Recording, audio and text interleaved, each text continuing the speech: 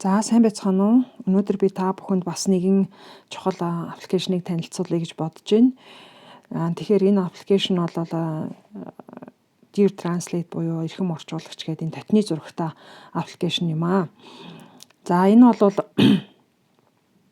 бичвэрийг, яриаг мөн камераар үгний зургийг аваад ингээд орчуулж болдгоороо маш их өргөн хэрэглэгддэг ийм програм юм шиг санагдсан. Та бүхэн бас туршаад үзээрэй. За эхлээд та нар утасныхаа App Store-оос энэ аппликейшнийг суулгах чинь.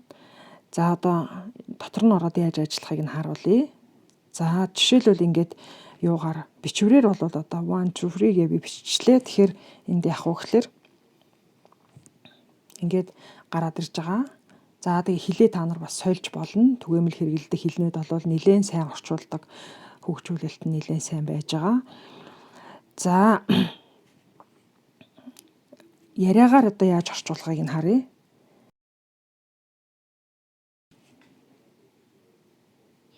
За ингээд мөн орчуулад буцаагаад ингээд яриа болгоод өгдөг байж байгаа. За камераар үгний зургийг аваад яаж орчуулдгийг нь харъя.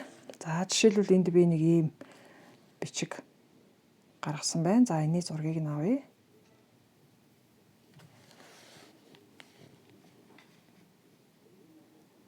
Энийг нэр хилээ солих байсан байна. За ийш гараад ирэхээр нь хилээ соличих.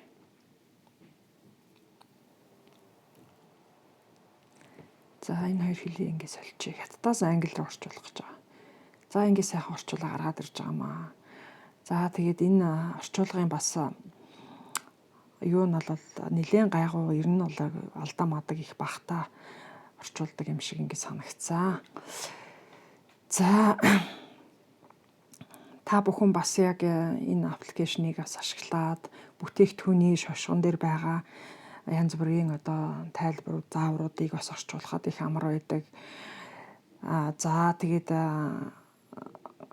гадаад оронд аялж явах үедээ та нар янз бүрийн байгууллагын хаягч юм уу эсвэл янз бүрийн үйлчлүүлэгчид өгсөн заавар маврыг маш хурдан хугацаанд орчуулад ойлгоод юу гэж хэлж байгааг нь авчдгаараа бас даваа талтай.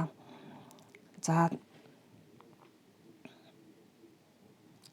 тэгээд энийг та бүхэн туршаад үзээрэй.